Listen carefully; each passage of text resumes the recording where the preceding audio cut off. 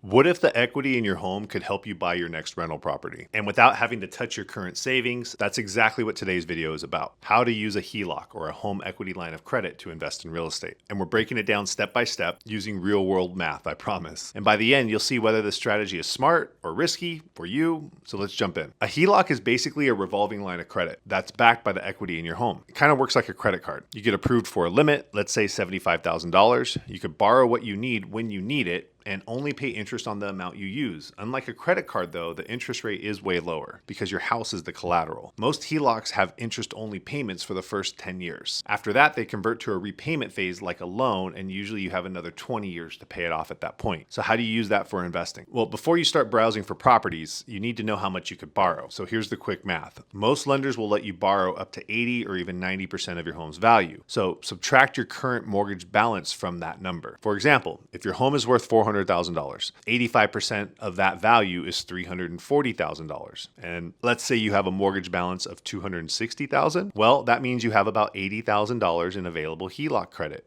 No spreadsheets needed, just a calculator and your mortgage statement. So again, you just estimate what it's worth, take 80 to 90% of that, minus what you owe on your mortgage, and what's left is typically what you could get for a HELOC. So this is where things get fun. You could use your HELOC as a down payment on a new rental property. Let's say you're buying a $250,000 duplex and you want to put 20% down. That's $50,000. Well, you could pull that $50,000 from your HELOC and then finance the remaining $200,000 with a regular mortgage. Now you've just bought a cash flowing rental with none of your own actual cash. But don't forget, now you owe on the HELOC too. You're going to have a payment on that as well. That you should only use a HELOC if the rental pays for itself and your HELOC payment. Here's what to calculate. You got the monthly rent from the property minus all the expenses, taxes, insurance, maintenance, property management, mortgage, utilities, and HELOC interest. Quick math example. Let's say the rent's $2,000 a month. The mortgage is $1,100 a month. Then your HELOC payment's going to be $350 a month. Taxes and insurance, $300 a month. That's a total cost of $1,750, which looks like you'll cash flow about $250 a month on that. But you can't forget property management, putting money aside for repairs. On a multi-unit property, it's good to find ones that have split utilities or split utility meters, but even if they don't, you could sometimes install sub-meters and then charge the tenants for their own individual usage. But there's still going to be common area utilities like water or maybe electricity. So you need to make sure when you're looking at a multi-unit or if you're responsible for the utilities on a property you're buying, that when you're doing your due diligence or when you're in escrow, you ask for a 12-month history on those bills so you could know what that will be. You could average it out and see what your actual cost should be. So again, make sure you're also factoring in all this stuff. And I'll link a video here that kind of breaks that down further. So anyways, if you run all the numbers and this works and it covers it all, then great. But if your HELOC payment makes the deal cash flow negative, then you're just shifting debt around. Because a HELOC is not forever money. It's a tool, not a crutch. So you definitely need an exit plan. Option one is after a few years, refinance the property and use the new loan to pay off that HELOC.